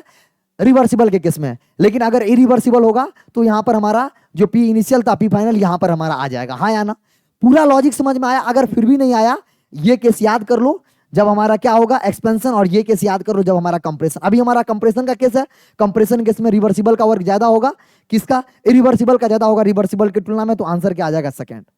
लॉजिक समझ में आया? बहुत इंपॉर्टेंट कॉन्सेप्ट है, मैं फिर कह रहा हूं, it is the one of the top concept. मजा आ जाएगा। अब आप बस ये समझना पड़ेगा आपको कि जब एक्सपेंशन हो रहा होता है ना, तो जो हमारा फाइनल प्रेशर और initial pressure, final pressure initial pressure दोनों सेम होता है। मैंने बोला ना, जो बाहरी प्रेशर होता है वो कांस्टेंट बना के रखोगे तभी हमारा रिवर्सिबल प्रोसेस मतलब रिवर्सिबल में बदल पाएगा। तो मैं बोला जो इनिशियल प्रेशर था वही फाइनल होगा, तो यानी ये वाला कर्व आएगा तो वही रिवर्सिबल के केस में रिवर्सिबल बन जाएगा। लेकिन इरिवर्सिबल केस में तो सडन में पिस्टन नीचे आया तो ये वाला एरिया आया, तो उस केस में देख लो ग्राफ। लेकिन अगर मान लो यही हमारा क्या हो रहा होता? उल्टा जा रहा होता, नीचे से ऊपर जा रहा होता, तो जो इनिशियल प्रेशर था वही फाइनल प्रेशर, तो ये वाला नीचे वाला कर्व आता किसके केस में? कंप्रेशन के केस में। और इरिवर्सिबल होता तो ऊपर सीधे चला जाता, तो उस केस में हमारा एरिया ज्यादा आ जाता। किसके केस में? रिवर्सिबल जब आ जाएगा ज्यादा, कम एक्सपेंशन हो रहा होगा। रिवर्सिबल कम हो जाएगा जब कंप्रेशन हो रहा होगा। मैंने कोशिश किया समझाने का, वीडियो का लेंथ लंबा ना होगा, नहीं तो इसको बहुत मजेदार तरीका से आपको और पढ़ाया जा सकता है। आगे बढ़ सकते हैं, नहीं तो आप ये याद रख लो, यही से आपको क्वेश्चन बन जाएगा। जेई में, नीट में, सीयूटी में डायरेक्ट यहीं से क्वेश्चन आएंगे। अगला क्वेश्चन आपके स्क्रीन के सामने, the entropy change can be calculated by using the expression. देखो तुमको बोल भी दिया है, गरीब आदमी तुमको बता भी दिया, डेल्टा एस बराबर क्या होता है? क्यू रिवर्सिबल और टी होता है। ये आपको क्वेश्चन में दे दिया है कि इस एक्सप्रेशन से आप निकालते हो। When water फ्रीजेज in a glass beaker, मैं ग्लास बीकर ले लेता हूं। मैंने क्या किया? एक ग्लास बीकर ले लिया। मैंने क्या किया मेरे लल्ला? एक ग्लास बीकर ले लिया। हाँ या ना? अब इस ग्लास बीकर को क्या किया? अब इस ग्लास बीकर को क्या किया? ध्यान से समझो। अब इस ग्लास बीकर को क्या किया है? मैंने क्या किया? एक ग्लास बीकर ले लिया। हाँ या ना? अब इस ग्लास बीकर को क्या किया? When water फ्रीजेज in a glass beaker, पहले इसमें क्या था? वाटर था। अब क्या होने लगा? फ्रीज होने लगा। अब क्या होने लगा? नीचे क्या होने लगा? फ्रीज होने लगा। हाँ या ना? जब फ्रीज होगा तो ये क्या बनेगा? आइस बनेगा। हाँ या ना? तो आइस बनेगा तो एंट्रोपी घटेगा। अब क्या कहना चाह रहा है? Choose the statement among the following. अब देखो डेल्टा एस क्या होता है? डेल्टा एस होता है एंट्रोपी। डेल्टा एस क्या होता है? एंट्रोपी। एंट्रोपी बोले तो, एंट्रोपी बोले तो मेरे लाल रैंडमनेस। एंट्रोपी बोले तो रैंडमनेस। हाँ या ना? अब देखो जैसे हमारा कोई वाटर से हमारा आइस में बदलेगा तो एंट्रोपी घटेगा, सिस्टम का एंट्रोपी घटेगा। तो मैं क्या कह रहा हूं? सिस्टम का एंट्रोपी क्या घटेगा? सिस्टम क्या करेगा? अपना एंट्रोपी को क्या करेगा? डेल्टा एस को क्या करेगा? सिस्टम क्या करेगा? एंट्रोपी क्या करेगा भैया? घटाएगा। सिस्टम का एंट्रोपी घटेगा, और सिस्टम का एंट्रोपी घटेगा तो सिस्टम से एनर्जी बाहर जाएगा। अरे सिस्टम से एनर्जी क्या जाएगा? बाहर जाएगा, तो सराउंडिंग का एंट्रोपी बढ़ जाएगा। सिस्टम एंट्रोपी क्या होगा मेरे लल्ला? घटेगा। और जो सराउंडिंग है मेरे लल्ला, उसका एंट्रोपी क्या हो जाएगा? बढ़ जाएगा। क्यों? समझ में आया? क्योंकि जब ये वाटर से हमारा आइस बनेगा, उस प्रोसेस में हीट क्या होगा? रिलीज होगा, और हीट रिलीज होगा तो सराउंडिंग का हीट सराउंडिंग में बढ़ा, सराउंडिंग में हीट बढ़ेगा तो एंट्रोपी बढ़ेगा। लॉजिक समझ में आया? जब हमारा आइस, वाटर से आइस बनना होगा तो सिस्टम से तो एनर्जी निकलेगा, लेकिन सिस्टम से एनर्जी निकल के कहां जाएगा? सराउंडिंग में जाएगा। तो सराउंडिंग में जब हीट प्रोवाइड करोगे तो वहां का एनर्जी बढ़ेगा, रैंडमनेस बढ़ेगा, तो एंट्रोपी बढ़ेगा। हाँ या ना? समझ में आया? तो delta system decrease but surrounding क्या होगा? इंक्रीज हो जाएगा। क्लियर हुआ? मजा आया? अगला क्वेश्चन आपके स्क्रीन के सामने। अगला क्वेश्चन कह रहा है, on the basis of thermochemical equation ABC find out which of the algebraic relation is correct. कह रहा है कौन सा अलजेब्रिक रिलेशन। अब मेरे को क्या दिख रहा है ना यार, A, B और C, अगर तीनों रिएक्शन को मैं देखता हूं तो मेरा मन क्या कहता है, इन तीनों रिएक्शन के बेसिस में एक चीज कह सकता हूं, ये वाला जो रिएक्शन है ना, CO प्लस हाफ और O2 गिव्स, ये क्या है? ग्रेफाइड है। ये क्या है मेरे लल्ला? ग्रेफाइड है। ये क्या है? गैसियस में है। ये क्या है? गैसियस में। हाँ या ना? तो ये क्या बना रहा है मेरे लल्ला? ध्यान से समझोगे, ये CO गैसियस बना रहा है, और क्या बना रहा है? सॉरी, CO नहीं है, ये कार्बन है। अरे कार्बन ग्रेफाइड होता है ना, CO थोड़ी ना ग्रेफाइड होता है। हाँ या ना? हाँ या ना लल्ला? तो यहां पर इसका जो delta H enthalpy of formation reaction कितना दे रखा है, ये दे रखा है y kilo joule, sorry enthalpy of reaction कितना दे रखा है इसका, z किलो जूल पर मोल। अब देखो अगर आपको ये रिएक्शन चाहिए इन दोनों के हेल्प से, तो आप क्या बोलोगे, पहला रिएक्शन दूसरा को जैसा वैसा ही रहने दो। पहला रिएक्शन में आपको क्या चाहिए, कार्बन ग्रेफाइट चाहिए लेफ्ट हैंड साइड में, और कार्बन ग्रेफाइट चाहिए आपको क्या, कार्बन ग्रेफाइट चाहिए लेफ्ट हैंड साइड में। अरे यार फिर से मैं गलत लिख दिया, फिर से मैं गलत लिख दिया, समझो। ये तीसरा वाला रिएक्शन क्या है, CO gaseous plus half mole of O2 gaseous, ये वाला रिएक्शन लिख रहा हूं, ये जा रहा है CO2 गैसियस। अगर अपने को ये रिएक्शन चाहिए तो ऊपर वाला कैसे बनेगा, तुम बोलोगे सर CO गैसियस कहीं है, CO गैसियस, तो इस रिएक्शन को पलट दो, इस रिएक्शन को पलटा, चलो ये कौन सा है, ये हमारा है C वाला रिएक्शन। अब मैं B वाला रिएक्शन को यहां लिख रहा हूं, तुमने बोला इस वाले रिएक्शन को पलटो, मैंने बोला पलट दिया, CO gaseous, CO gaseous, CO gaseous मेरे लल्ला, ये किस में जा रहा है, ये जा रहा है कार्बन ग्रेफाइट से मिलकर बना रहा है, ये किसको बना रहा है, कार्बन ग्रेफाइट प्लस और क्या बना रहा है, हाफ मोल ऑफ O2। अब मेरी एक बात को ध्यान से समझना, एक बात बताओ, अगर तुम इस रिएक्शन को पलटे हो तो क्या इसका एंथैल्पी ऑफ रिएक्शन पलट जाएगा। कांस्टेंट होता है, एक कॉन्सेप्ट होता है कि जब भी कोई रिएक्शन को पलटते हो तो उसका जो एंथैल्पी होता है वो भी पलट जाता है, हाँ या ना, क्योंकि ये क्या होता है, ये क्या होता है, एक्सटेंसिव प्रॉपर्टी होता है। तो ये क्या हो जाएगा, माइनस का y किलो जूल पर मोल, हाँ या ना। और अगर आप बात करोगे ऊपर वाले रिएक्शन को, तो ऊपर वाले रिएक्शन में क्या चाहिए, CO2 तुमको जैसे था वैसे ही चाहिए, तो ऊपर वाले रिएक्शन को कुछ नहीं लिखता है, यहां पर क्या लिखना है, C ग्रेफाइट, यहां गिब्स क्या दे रहा है मेरे लल्ला, यहां पर दे रहा है C graphite plus O2, C graphite plus O2 gaseous, क्या दे रहा है, CO2 गैसियस। और यहां पर जो एंथैल्पी ऑफ रिएक्शन है वो जैसे है वैसे ही रह जाएगा, क्योंकि इसको हम कोई छेड़खानी नहीं किए इसमें, हाँ या ना। अब आप ये कौन सा वाला, ए वाला रिएक्शन है। अब आप एक बात बताओ, अब आप एक चीज बताओ मेरे लल्ला, अगर आपको ये रिएक्शन चाहिए, ऊपर वाला रिएक्शन चाहिए, तो आप क्या करोगे, इस रिएक्शन को ऐड करोगे, और इस रिएक्शन, ये दोनों रिएक्शन को जैसे ऐड करोगे तो ये देखो ग्रेफाइट से ये ग्रेफाइट कैंसिल हो जाएगा, CO gaseous plus half O2 gives, अब यहां देखो हाफ O2 इधर माइनस हो जाएगा, तो फाइनल में CO गैसियस ये वाला ऊपर चला गया, O2 1 मोल यहां पर है, यहां पर कितना मोल है, 1 मोल, यहां पर आधा मोल, तो 1 माइनस अगर 1/2 करोगे मेरे लल्ला तो ये क्या बनेगा, 1/2 बनेगा, हाँ या ना। तो यहां नहीं 1/2 इधर आ गया और CO2 गैसेस तुमको मिल गया। मतलब अगर तुमको A को अगर तुमको चाहिए अकॉर्डिंग टू ये, अब इसके हिसाब से अगर आप देखोगे तो तुमको Z mole, Z equal to क्या हो जाएगा, इस दोनों को ऐड कर दो, इस दोनों को ऐड कर दो, मतलब क्या, -y + x कर दो, यही तो किए हैं, अरे यही तो किए हैं, यही तो किए हैं। अब इसके हिसाब से आपने क्या किया, C वाला रिएक्शन चाहिए तो तुमने B और A को ऐड किया तो ये वाला मिल जाएगा, हाँ या ना। अब देखो ऐसा कोई ऑप्शन है, अब ऐसा कोई ऑप्शन नहीं दिख रहा है, तुमने बोला सर ये माइनस माइनस सब तरफ x दिख रहा है, तो मैंने बोला चलो कोई दिक्कत नहीं है, x को प्यार है तो मैंने बोला z + y कर देते हैं, या इसी को बोल सकते हैं y + z बोल सकते हैं, x = कहीं ऐसा ऑप्शन दिख रहा है, अब दिख रहा है x = y + z, मेरे को तो दिख गया, मेरे को तो दिख गया ऑप्शन नंबर C। समझ में आया, ये इंथैल्पी ऑफ जो थर्मोकेमिस्ट्री वाला पार्ट है ना उसका है। आप लोग बहुत सारे क्वेश्चन प्रैक्टिस कर लेना, अगर आपको प्रैक्टिस में कोई दिक्कत होता है मैं आपको क्वेश्चन प्रोवाइड करा दूंगा, वहां से सॉल्यूशन भी दे दूंगा और आपको प्रैक्टिस हो जाएगा। अगला क्वेश्चन आपके स्क्रीन के सामने, बहुत इंपॉर्टेंट क्वेश्चन, अगेन कह रहा हूं, क्यों कह रहा हूं, कॉन्सेप्चुअल क्वेश्चन है, अभी आपको समझाऊंगा तो समझ में आएगा। देखो क्या कह रहा है, पहला रिएक्शन क्या कह रहा है, पहला रिएक्शन में कार्बन गैसियस प्लस 4 मोल हाइड्रोजन जो कि हमारा गैसियस फॉर्म में है, और ये दोनों मिलके क्या बना ले रहा है, एक प्रोडक्ट बना रहा है, ये दोनों मिलके क्या बना रहा है, CH4 का हमारा फॉर्मेशन कर रहा है, हाँ या ना। इसका एंथैल्पी ऑफ रिएक्शन कितना दिया है मेरे लल्ला, x किलो जूल, हाँ या ना, x किलो जूल पर मोल। लेकिन दूसरे केस में अगर आप गौर से देखोगे, ये पहले वाला रिएक्शन है, दूसरे केस में अगर आप गौर से देखोगे तो यहां पर क्या है, C ग्रेफाइट, हाँ या ना, मतलब अपने स्टैंडर्ड फॉर्म में है, प्लस 2 मोल क्या है भैया, हाइड्रोजन है, स्टैंडर्ड फॉर्म में ये भी है, और ये क्या बना रहा है आपको, ये भी हमारा CH4 बना रहा है, CH4 बना रहा है, और यहां पर एनर्जी क्या निकल रहा है, एंथैल्पी ऑफ रिएक्शन क्या है यहां पर, y किलो जूल पर मोल, और x और y के बीच में आपको रिलेशन पूछ रहा है। ध्यान से समझना, कोई भी रिएक्शन कैसे बनता है, अगर आपको पीरियोडिक टेबल का थोड़ा नॉलेज होगा ना, पीरियोडिक टेबल यहां ले आएंगे ना, बड़ी मजेदार आ जाएगा। इनऑर्गेनिक को साथ फिजिकल को मर्ज करो। आयनाइजेशन एनर्जी का डिफिनीशन क्या था, the energy required to remove an electron from their isolated gases as a material. बताओ अगर आपको ये बनाना है तो पहले ये क्या सॉलिड सॉलिड रिएक्ट कर लेगा क्या, सॉलिड गैस आपस में रिएक्ट कर लेगा क्या, ना भैया। ये पहले क्या किया होगा, ये कार्बन ग्रेफाइट से मेरे लल्ला ये कार्बन गैसियस में बदला होगा, हाँ या ना। ये कार्बन सॉलिड से कार्बन गैसेस में बदला होगा। यहां पर आपको इंथैल्पी ऑफ सब्लिमेशन देना पड़ेगा, हीट यहां पर देना पड़ा होगा, हाँ या ना।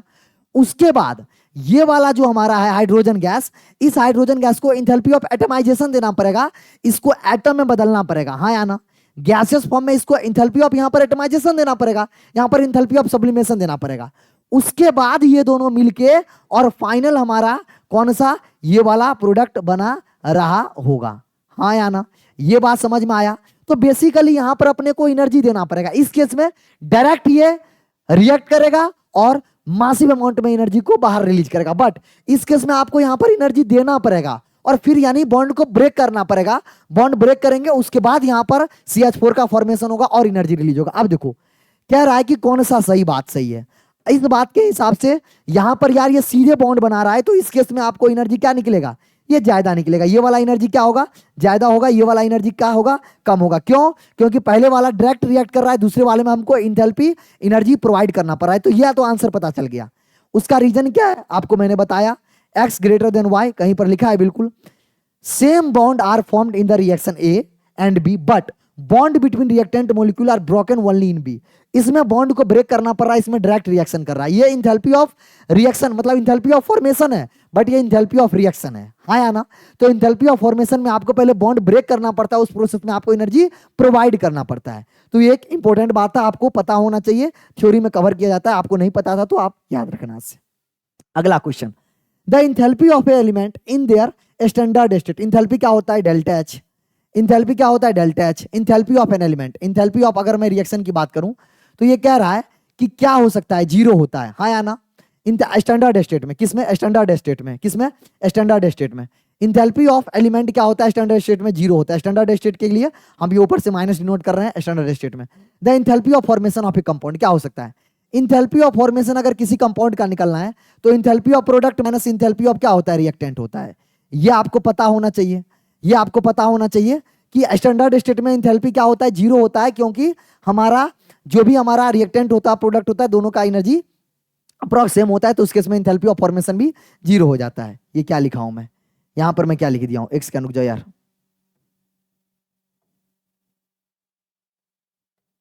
समझ रहे हो। यहां पर enthalpy of product minus enthalpy of reactant होता है, ये आपको पता होना चाहिए। अब देखो क्या कह रहा चाहे, enthalpy of formation. Enthalpy of formation क्या हो सकता है, अब भैया ये कुछ भी हो सकता है, ये पॉजिटिव भी हो सकता है, नेगेटिव भी हो सकता है। वो डिपेंड करता है कि Hp का वैल्यू HR से। इंथैल्पी ऑफ रिएक्टेंट और प्रोडक्ट में अगर बड़ा होगा, मान लो ये बड़ा होगा, तो उस समय क्या आ जाएगा, पॉजिटिव, यानी एनर्जी आपको देना पड़ेगा। बट अगर मान लो enthalpy of product less than हो जाएगा इंथैल्पी ऑफ रिएक्टेंट से, तो उस केस में क्या हो जाएगा, निगेटिव, यानी यहाँ पर आपको एनर्जी देना नहीं पड़ेगा, यहाँ पर इस केस में एनर्जी नहीं रिलीज होगा। तो यानी पॉजिटिव और निगेटिव दोनों हो सकता है, वो डिपेंड करता है कौन सा हमारा रिएक्शन का केस है। तो मैं भी पॉजिटिव और निगेटिव दोनों, क्योंकि इंथैल्पी ऑफ फॉर्मेशन जो होता है enthalpy of product minus enthalpy of reactant होता है। अगला क्वेश्चन आपके स्क्रीन के सामने, enthalpy of sublimation. Enthalpy of sublimation क्या होता है, समझो। कोई भी हमारा क्या है, इंथैल्पी ऑफ सब्लिमेशन क्या होता है, समझो। कोई भी हमारा सॉलिड है, सॉलिड को तुम क्या किए भैया मेरे लल्ला, सॉलिड को तुमने क्या किया, हीट दे दिया। सॉलिड को तुमने क्या किया, हीट दे दिया, और उसको क्या बदल दिया, गैस में बदल दिया। तो ये क्या सीधे सॉलिड से गैस बनेगा क्या, नहीं भैया, ट्रांजिशन फेज। क्या बोलना चाह रहा हूं, समझो मेरी बात को। ये चीजें बहुत कॉन्सेप्चुअल, इसलिए तो मैं कह रहा हूं एग्जाम्पलर बहुत जरूरी है। ट्रांजिशन फेज में ये क्या होता है, ट्रांजिशन फेज में अगर बात करोगे तो ट्रांजिशन फेज में ये क्या होता है, ये कुछ देर के लिए पहले लिक्विड में बदलता है, थोड़े समय के लिए, फिर वो गैस में जाता है। तो बेसिकली कभी भी प्रोसेस होता है तो पहले सॉलिड से लिक्विड में गया, ये बहुत कम टाइम के लिए, फिर लिक्विड से किस में जाता है, गैस में गया। लेकिन आपको दिखता जो है सॉलिड सीधे गैस में, जैसे कैंपर का एग्जांपल हो गया, उसके बाद अमोनियम क्लोराइड का एग्जांपल हो गया, लॉट्स ऑफ एग्जांपल है। बट ये ट्रांजिशन फेज में लिक्विड में भी जाता है। तो यहां से सॉलिड से जब लिक्विड में जा रहा होगा तो इसको बोलते हैं इंथैल्पी ऑफ फ्यूजन। इसको क्या बोलते हैं, इधर वाले प्रोसेस को क्या बोलेंगे मेरे लल्ला, इंथैल्पी ऑफ फ्यूजन। पहले फ्यूज हुआ होगा, पहले फ्यूज हुआ होगा, हाँ, हालांकि वो ट्रांजिशन फेज होता है। उसके बाद होता है इधर इंथैल्पी ऑफ वेपराइजेशन, हाँ या ना, इंथैल्पी ऑफ वेपराइजेशन। इधर होगा इंथैल्पी ऑफ वेपराइजेशन। तो दो प्रोसेस होता है, मतलब अगर इंथैल्पी ऑफ सब्लिमेशन बोलो तो उसमें दो प्रोसेस होता है, पहले होता है इंथैल्पी ऑफ फ्यूजन, फिर होता है इंथैल्पी ऑफ वेपराइजेशन। क्लियर हुआ, समझ में आया। अगला क्वेश्चन आपके स्क्रीन के सामने, अगला क्वेश्चन क्या कह रहा है, delta G for a reversible reaction. Delta G क्या होता है, समझो मेरी बात। डेल्टा जी के लिए कहानी बोल रहा हूं। डेल्टा जी क्या बताता है? Spontaneity of reaction. Delta G अगर 0 है, डेल्टा जी 3 केस हो सकता है, या तो पॉजिटिव हो सकता है डेल्टा जी, या तो निगेटिव हो सकता है। अगर मान लो ये केस हुआ, अगर ये केस हुआ, अगर ये केस हुआ, ये जो पहला वाला केस हुआ ना, डेल्टा जी 0 हुआ ना, मतलब रिएक्शन क्या है? इक्विलिब्रियम स्टेट पे है, इक्विलिब्रियम में है। अगर डेल्टा जी पॉजिटिव हो गया तो क्या हो गया? रिएक्शन क्या हो जाएगा? नॉन स्पॉन्टेनियस रिएक्शन है, हाँ या ना। बट अगर डेल्टा जी निगेटिव हो जाएगा तो क्या हो जाएगा? स्पॉन्टेनियस हो जाएगा। ये 3 चीज आपको पता होना चाहिए। अगर नहीं पता है तो इस बात को ध्यान से समझ लीजिए। अब इसके बेसिस पे आपको क्वेश्चंस बन जाएंगे। Delta G 0 for reversible reaction, reversible reaction, reversible reaction equilibrium पे रिएक्शन क्या हो जाता है? रिवर्सिबल हो जाता है, हाँ या ना। इसको बोल सकते हो रिवर्सिबल, हाँ या ना। इक्विलिब्रियम बोल दो या इक्विलिब्रियम हटाओ, इक्विलिब्रियम से अच्छा आपको जो बोल रहा है वही लिखो सीधे। इक्विलिब्रियम पे भी होता है डेल्टा जी निगेटिव, लेकिन आप क्या बोल दो? रिवर्सिबल, हाँ या ना। तो कह रहा है नॉट करेक्ट, कह रहा है delta G 0 for reversible reaction. Equilibrium case में रिएक्शन रिवर्सिबल होता है जितना, अरे इक्विलिब्रियम मतलब जितना प्रोडक्ट में जा रहा होता है उतना रिएक्टेंट में आ रहा है, मतलब रिएक्शन रिवर्सिबल हो जाता है, हाँ या ना। उसके बाद डेल्टा जी पॉजिटिव और स्पॉन्टेनियस, नहीं डेल्टा जी निगेटिव और स्पॉन्टेनियस होता है। दूसरा वाला करेक्ट, इनकरेक्ट लिखा है, इनकरेक्ट पूछ रहा था। डेल्टा जी निगेटिव और स्पॉन्टेनियस सही बात है, डेल्टा जी पॉजिटिव और नॉन स्पॉन्टेनियस सही बात है। ये कहानी के हिसाब से आपको पूरा आंसर पता चल गया होगा। अगला क्वेश्चन, अब सिंगल करेक्ट जो भी था उसको मैंने आपके साथ डिस्कस किया और आपको मजा आया होगा। अब आते हैं मल्टीपल चॉइस पे, उसके बाद असर्शन रीजन, मैचअप्स आएगा और आगे बढ़ेंगे। कह रहा thermodynamic mainly deals with, thermodynamics क्या होता है? डिफिनेशन सबसे पहला ही क्वेश्चन था, inter relation of various forms of energy and their transformation from one state to. बिल्कुल सही बात लिखा हुआ है, कोई दोहराई नहीं है।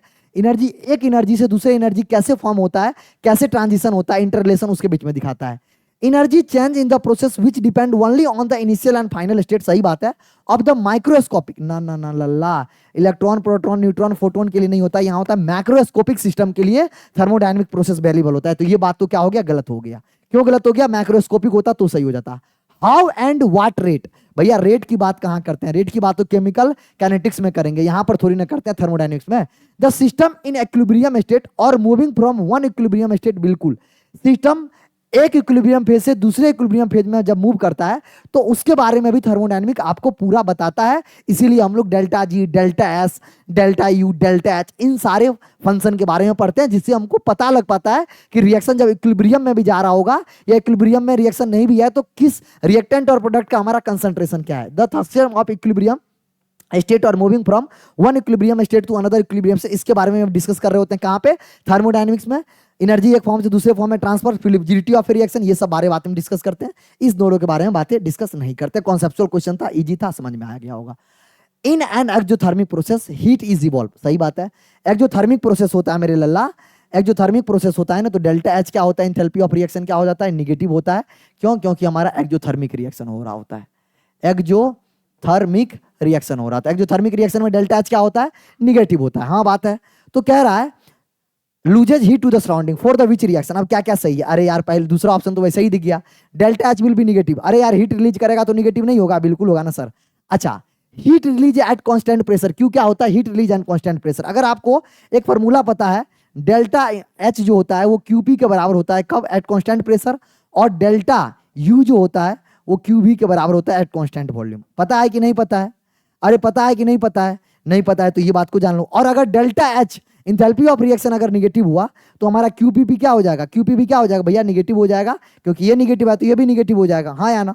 तो उस हिसाब से हमारा आंसर ये वाला भी सही हो गया। आपको पता होगा कि enthalpy of a reaction at constant pressure QP के बराबर होता है और इंटरनल एनर्जी कांस्टेंट वॉल्यूम पे क्यूबी मतलब डेल्टा यू के बराबर होता है। तभी एनसीपी डेल्टा लिखते हैं, यहाँ पर एनसीपी डेल्टा टी लिखते हैं, एच डेल्टा एच का फॉर्मूला। चलो बता ही देता हूं, आपको पता होगा मेरे लल्ला, डेल्टा एच का फॉर्मूला लिखते हैं N C P delta T, वहीं डेल्टा यू का फॉर्मूला लिखते हैं N C B delta T. ये कहां से आया? इसीलिए मैं आपको बताया कांस्टेंट प्रेशर पर ये और कांस्टेंट वॉल्यूम पर ये होता है। अगर ये निगेटिव है तो भैया लल्ला क्यूपी भी निगेटिव होगा। समझ में आया?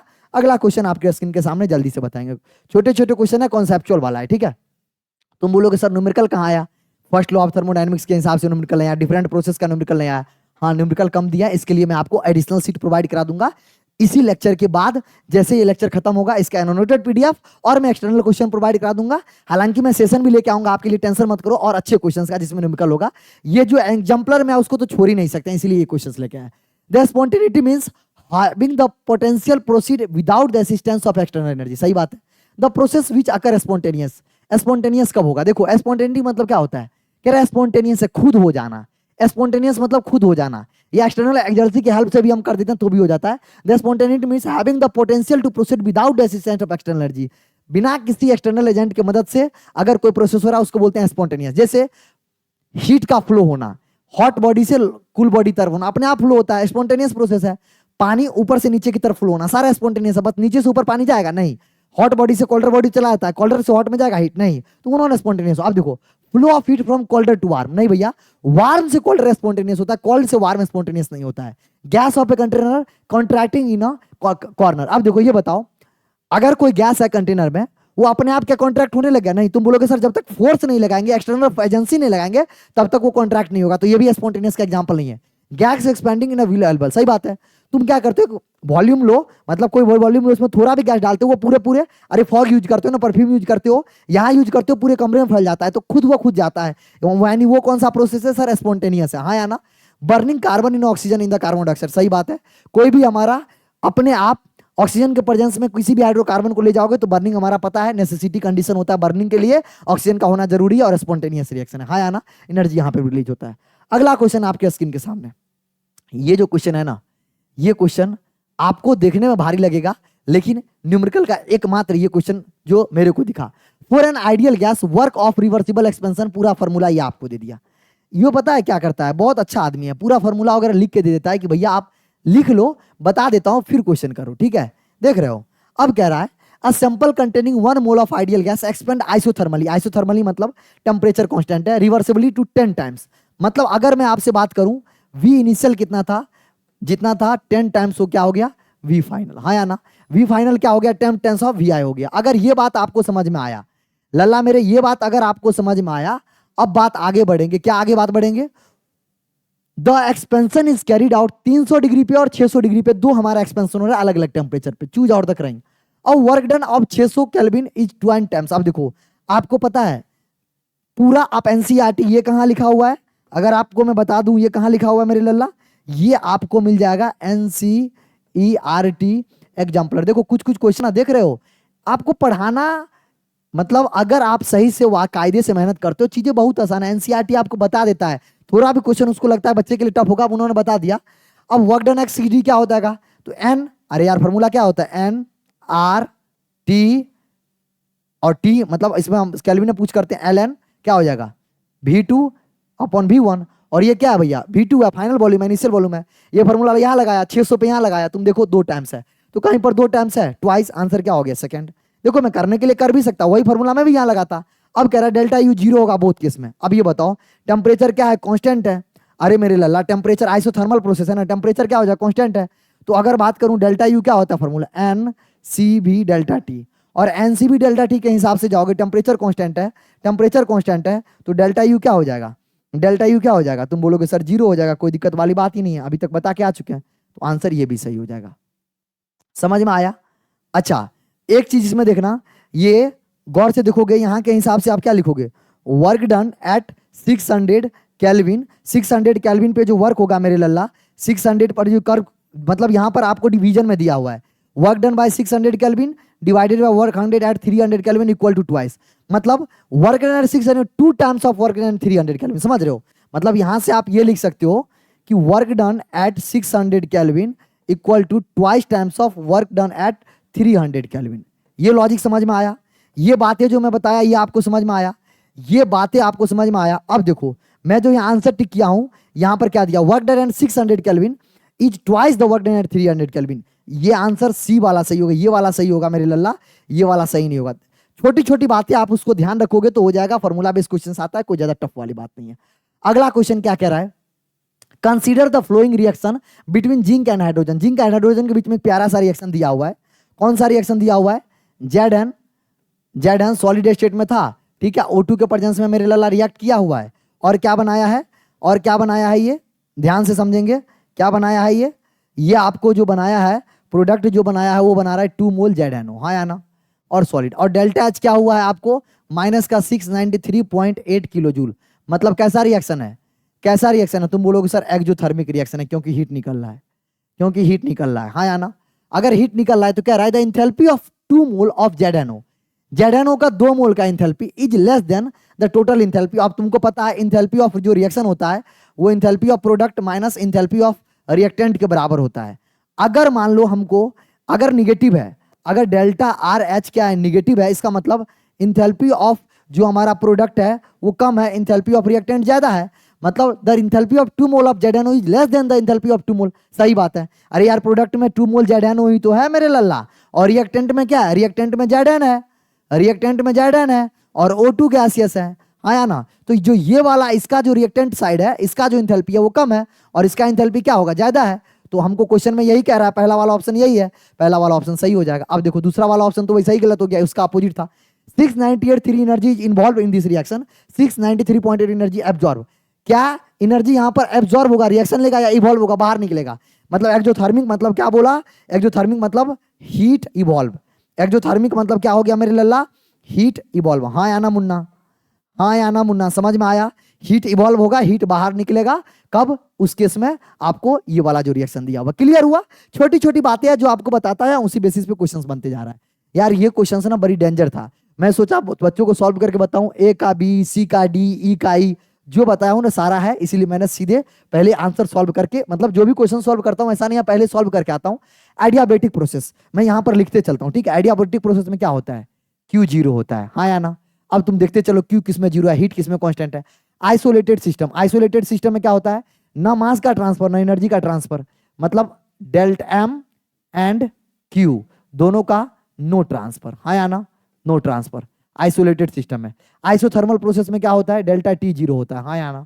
पाथ फंक्शन, पाथ फंक्शन क्या होता है, heat and work, heat and work क्या होता है, पाथ फंक्शन होता है तुम्हारे सिलेबस के हिसाब से। बाकी स्टेट फंक्शन जितना भी चीज हो गया, जितना भी चीज हो गया, internal energy, enthalpy, Gibbs free energy, और उसके अलावा क्या है, एंट्रोपी, सारा का सारा क्या है, स्टेट फंक्शन।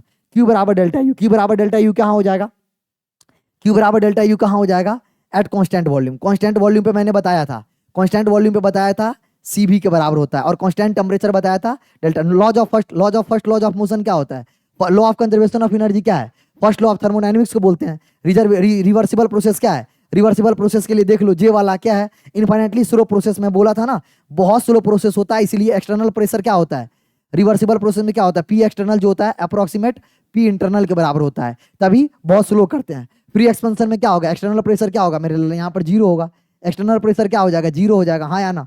उसके बाद डेल्टा H बराबर डेल्टा Q क्या हो जाएगा, ये कहाँ हो जाएगा, कांस्टेंट वॉल्यूम पे होता है, ये कांस्टेंट प्रेशर पे होता है, ये क्या होता है, कांस्टेंट प्रेशर पर होता है। अरे यार अभी तो बोला था डेल्टा H बराबर QP, अभी तो बोला था, हाँ या ना। इंटेंसिव प्रॉपर्टी आपको बता, एक्सटेंसिव प्रॉपर्टी, ये इंटेंसिव मतलब मास इंडिपेंडेंट, मास इंडिपेंडेंट, वहीं एक्सटेंसिव प्रॉपर्टी मास डिपेंडेंट। समझ में आया, पूरा लॉजिक समझ में आया। देखो सारे ये जो क्वेश्चन है ना, ये सारे क्वेश्चन मैं आपको अच्छे से बता दिया ताकि आपको कोई दिक्कत ना हो और आपको पूरा क्रिस्टल क्लियर होना चाहिए। ये आंसर है, ये सारे का आंसर है। अच्छा एक से ज्यादा भी आंसर सही है, एक से ज्यादा आंसर। जैसे देखो फिफ्थ नंबर में क्या, स्टेट फंक्शन, तो JKL, जे कहाँ है भैया, जे कहाँ है भैया, जे कहाँ है रे, जे है, सॉरी जी है ना, GKL, जी है, के है, जी है, के है, एल है। मैंने बोला ना यहां पर तो लिख दिया हूं ना, हीट एंड वर्क के अलावा जितना भी कुछ होता है ना सब स्टेट फंक्शन में आता है। प्रेशर, टेम्परेचर, वॉल्यूम सब हमारा स्टेट फंक्शन में आता है। तो वो आप समझ में आ गया होगा उस हिसाब से स्टेट फंक्शन कौन है और पाथ फंक्शन कौन है, और एक्सटेंसिव इंटेंसिव प्रॉपर्टी भी आपको बता दिया। अगला क्वेश्चन आपके स्क्रीन के सामने कह रहा है एक लिक्विड। अब देखो इस क्वेश्चन में क्या कह रहा है, एक लिक्विड है, एक लिक्विड है मेरे लल्ला, एक लिक्विड है मेरे लल्ला, एक लिक्विड है मेरे लल्ला। वो क्या कर रहा है, लिक्विड क्या हो रहा है, वेपर स्टेट में जा रहा है। किस स्टेट में जा रहा है, वेपर स्टेट में जा रहा है। अब लिक्विड किस स्टेट में जा रहा है, वेपर स्टेट में जा रहा है। लिक्विड कौन सा स्टेट में है, समझो, लिक्विड कौन सा स्टेट में है, लिक्विड कौन सा स्टेट में है, समझो। अरे लिक्विड कौन सा स्टेट में, वेपर स्टेट में। क्या में जा रहा है, वेपर हो रहा है। लिक्विड से जब वेपर होगा तो क्या होगा, एंट्रोपी बढ़ेगा। अरे क्या होगा, एंट्रोपी क्या होगा, इंक्रीज होगा। अरे रैंडमनेस बढ़ेगा ना तो एंट्रोपी क्या होगा, बढ़ेगा, हाँ या ना। अब उस हिसाब से देख लो क्या होगा। अब कह रहा है एंट्रोपी बढ़ेगा तो डेल्टा एस क्या हो जाएगा, डेल्टा एस क्या हो जाएगा, डेल्टा एस पॉजिटिव हो जाएगा।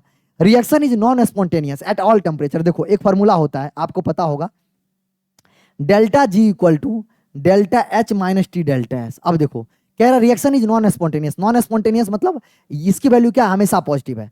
ओवरऑल वैल्यू अगर ये हमेशा डेल्टा जी हमेशा पॉजिटिव होगा, तो हमेशा पॉजिटिव कब होगा? अब अगर हमेशा पॉजिटिव करना है तो डेल्टा एच को क्या होना पड़ेगा? क्वेश्चन में दे रखा है reaction in non spontaneous all temperature and, ये हमेशा क्या है? इसको पॉजिटिव कह रहा है, और ये क्या कह रहा है? इसको क्या कह रहा है? ये भी पॉजिटिव है। और अगर इसको पॉजिटिव रखना है और इसको ओवरऑल, तो डेल्टा एस को क्या होना पड़ेगा? डेल्टा एस मजबूरी या निगेटिव होना पड़ेगा। अरे यार ये पॉजिटिव है, ये भी पॉजिटिव है, और यहाँ निगेटिव का साइन लगा, अगर ये निगेटिव होगा तब ना negative negative positive overall value positive होगा, तो डेल्टा एस को ऑटोमेटिक क्या हो जाना पड़ेगा? निगेटिव होना पड़ेगा। तो इस केस में हमारा डेल्टा एस क्या हो जाएगा? निगेटिव हो जाएगा। समझ में आया? Reversible expansion of an idea, reversible जब भी बात आती है तो डेल्टा एस क्या हो जाता है? रिवर्सिबल के केस में, रिवर्सिबल प्रोसेस के केस में मैंने बोला एंट्रोपी, अरे यार इक्विलिब्रियम मेंटेन हो जाता है, इक्विलिब्रियम मेंटेन हो जाएगा तो डेल्टा एस क्या हो जाएगा? जीरो हो जाएगा। बताया तो था, अभी तीनों केस बताया तो था। हाँ आया ना? समझ में आया या नहीं आया? इसका ये हुआ, इसका ये हुआ, इसका ये हुआ। क्लियर? अगला क्वेश्चन आपके स्क्रीन के सामने जल्दी से बताएंगे। बस एक फॉर्मूला आपको अगर पता है, क्या? Delta G equal to delta H minus T delta S, spontaneity का कंडीशन, इससे आप इजीली निकाल सकते हो, कोई दिक्कत वाली बात नहीं। अब देखो पहला क्वेश्चन, डेल्टा एच क्या कह रहा है? ये क्या कह रहा है? ये कह रहा है प्लस होगा। अब देखो डेल्टा एस क्या कह रहा है? ये निगेटिव होगा, और डेल्टा जी क्या कह रहा है? निगेटिव। अब समझो, टेम्परेचर हमेशा पॉजिटिव होता है भैया, टेम्परेचर केल्विन स्केल में कभी निगेटिव नहीं होता मेरे लल्ला। तो अब देखो, अगर ये क्या है? डेल्टा एस क्या है? ये निगेटिव है, और अगर ये वैल्यू निगेटिव हुआ, अगर ये वैल्यू निगेटिव हुआ मेरे लल्ला, समझो मेरी बात को बहुत ध्यान से समझो। ये वाला वैल्यू क्या हुआ? अगर निगेटिव हुआ, अगर ये निगेटिव हुआ तो आप समझो ये वाला वैल्यू क्या हो जाएगा? निगेटिव हुआ तो ये वाला वैल्यू क्या हो जाएगा? ये वाला वैल्यू क्या हो जाएगा? ओवरऑल क्या हो जाएगा? पॉजिटिव। समझ में आया? अरे यार यहाँ निगेटिव पहले से है, ये निगेटिव है, निगेटिव निगेटिव क्या हो जाएगा? पॉजिटिव। और अगर ये भी पॉजिटिव है तो डेल्टा एस क्या, डेल्टा जी क्या आ जाएगा? पॉजिटिव। सही बात है। और उस समय अगर डेल्टा जी पॉजिटिव आ जाएगा तो कितना भी टेम्परेचर आप बढ़ा लो, डेल्टा एच निगेटिव है और डेल्टा एस निगेटिव आता है, रिएक्शन हमेशा नॉन स्पॉन्टेनियस होगा, हम कोई भी टेम्परेचर पर। तो यानी पहला का जो कंडीशन हो जाएगा, पहला का आ जाएगा सी। अब दूसरा कंडीशन देखो, लॉजिक समझ में आ रहा है ना? दूसरा बार फिर से मैं लिखता हूं, delta G equal to delta H minus T delta S. समझो क्या कह रहा है दूसरा केस में, मेरी बल्ला ध्यान समझना, सब तुमको बता रहा हूं, फील करा रहा हूं। ये क्या हो जाएगा? ये दिया हुआ है निगेटिव, ये वाला क्या दिया हुआ है मेरे लल्ला? ये दिया है निगेटिव। उसके बाद डेल्टा एस भी दे दिया निगेटिव, ये वाला भी क्या दे दिया? तुम कहां जा रहा भाई, तुम यहीं रुको। डेल्टा एस दे दिया निगेटिव, और डेल्टा एस जैसे निगेटिव दिया तो ये वाला जो वैल्यू है मेरे लल्ला, ओवरऑल क्या आ जाएगा? पॉजिटिव।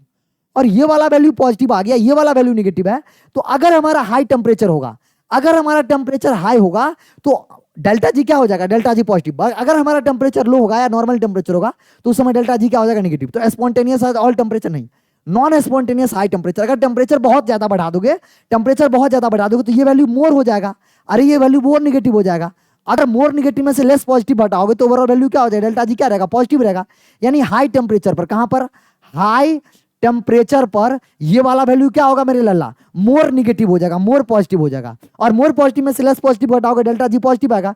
यानी हाई टेम्परेचर पर रिएक्शन क्या हो जाएगा? नॉन स्पॉन्टेनियस हो जाएगा। हाई टेम्परेचर यहाँ मेंशन भी है, यानी दूसरा का आंसर क्या आ गया? नॉन स्पॉन्टेनियस हाई टेम्परेचर, दूसरा का ए आ गया।